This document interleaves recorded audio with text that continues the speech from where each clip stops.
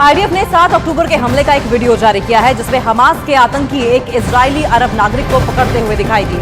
साथ ही हमास के लड़ाके उसके साथ क्रूर व्यवहार करते हुए नजर आए। तस्वीरें भी आपको दिखाते हैं। इजरायल हमास युद्ध से जुड़ी हुई ये तस्वीर, जहां पर आईडीएफ ने 7 अक्टूबर के हमले का ये वीडियो जारी किया है, जिसमें देखिए किस तरीके से अत्याचार, क्रूरता जो है वो की जा रही है।